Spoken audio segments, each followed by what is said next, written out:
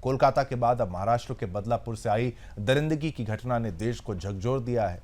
ठाणे के बदलापुर में स्कूल परिसर में 2 बच्चियों से हुए यौन शोषण मामले में पुलिस अब तक 40 से अधिक लोगों को गिरफ्तार कर चुकी है और वहीं इस मामले में अब तक 300 लोगों के खिलाफ एफआईआर दर्ज की जा चुकी है।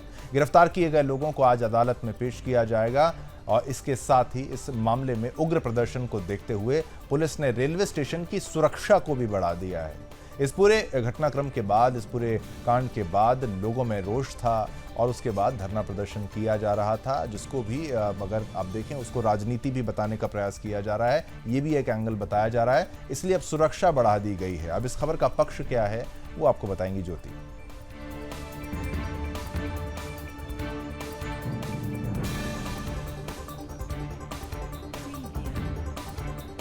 तो बदलापुर यौन उत्पीड़न मामले में वकील उज्जवल निकम को विशेष सरकारी वकील नियुक्त किया गया है। बदलापुर घटना में विशेष अभियोजक के रूप में अपनी नियुक्ति पर अधिवक्ता उज्जवल निकम ने कहा है कि कल मुझे उप मुख्यमंत्री देवेंद्र फडणवीस से मौखिक संदेश मिला है। मुझे इस मामले को स्वीकार करना चाहिए और अपराध की गंभीरता को देखते हुए मैंने उस मामले में एक विशेष पीपी के रूप में कार्य करने के लिए सहमति व्यक्त की है। अभी मुझे सरकार की आधिकारिक अधिसूचना नहीं मिली है, लेकिन मुझे उम्मीद है कि सरकारी जांच एजेंसी बहुत जल्द चार्जशीट दाखिल करेगी। निर्धारित समय के भीतर वे चार्जशीट पूरी कर लेंगे और उसके बाद मेरी भूमिका शुरू होगी।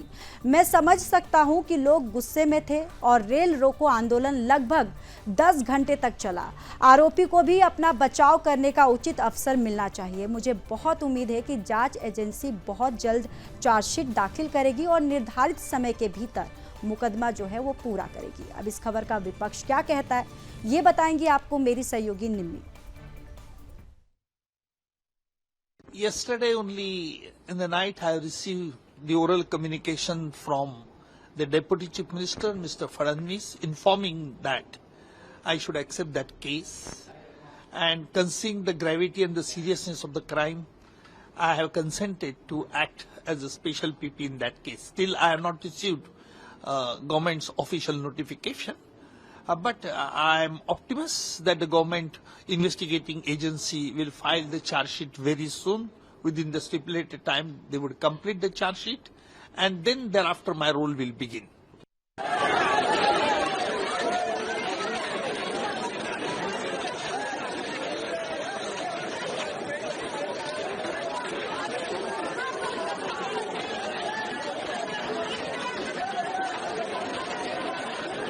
पर्यंत पोहोचत आहोत। आताही आपण जर बघितलं तर जिथपर्यंत नजर जाते तिथपर्यंत फक्त आणि फक्त हे आंदोलन करते ही जनता, सर्वसामान्य जनता आपल्याला पाहायला मिळते। नराधमांना फाशीवर चढवा।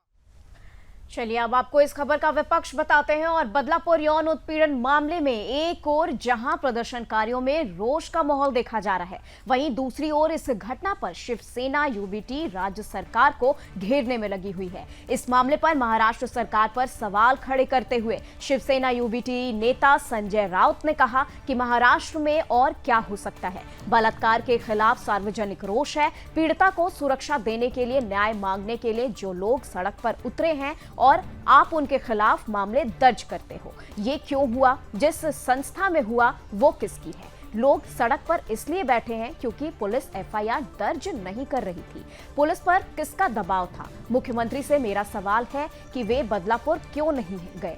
कोलकाता में जो हुआ आप उस पर बोलते हो, लेकिन महाराष्ट्र में उससे भी घिनौना अपराध 2 बच्चियों के साथ हुआ है। लोग सड़क पर बैठे हैं। तो देखिए यहाँ पर अब जो मुख्यमंत्री हैं उन्हें लगातार घेरा जा रहा है और उन्हें लगातार कहा जा रहा है कि कोलकाता मामले पर तो आप बोल रहे हैं, लेकिन बदलापुर मामले पर आप कोई एक्शन क्यों नहीं ले रहे हैं?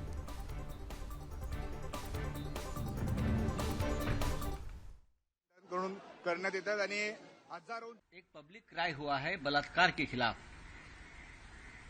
2 छोटी बच्चियां हैं जिनको समझ में नहीं कि हमारे साथ कौन सा घिनौना अपराध किया है, और उस लड़की को प्रोटेक्शन देने के बजाय न्याय मांगने के लिए जो लोग सड़क पर उतरे हैं, आप उनके खिलाफ आपराधिक मामले दायर करते हो। सबसे पहली बात है ये क्यों हुआ, जिस संस्था में हुआ ये संस्था किसकी है, आप ढूंढ लीजिए, अगर ये कोई कांग्रेस पार्टी के साथ जुड़ी हुई संस्था होती, हमारे साथ जुड़ी हुई संस्था होती, तो यही देवेंद्र जी उनका पूरा महिला महामंडल लेकर वहां जाकर 24 घंटे अनशन पर बैठे।